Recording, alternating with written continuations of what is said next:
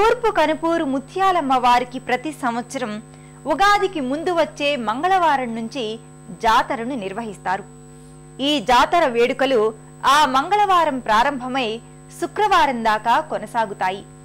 ఈ జాతర వేడుకలలో పలు ఘట్టాల్ని, కొలుపుల్ని నిర్వహిస్తారు. విశేషంగా వేలాదిగా భక్తులు ఈ సంరంభంలో పాలు పంచుకొని అమ్మవారి కృపకు పాత్రులవుతారు.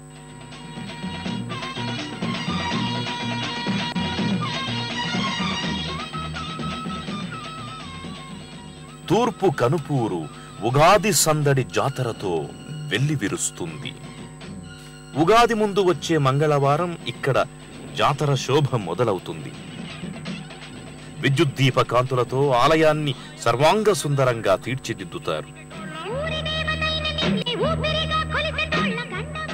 జాతర ప్రారంభ సూచికంగా గ్రామ పొలిమేరల్లో ఉండే గ్రామ సంరక్షణా దేవత పోలేరమ్మను ఆరాధిస్తారు.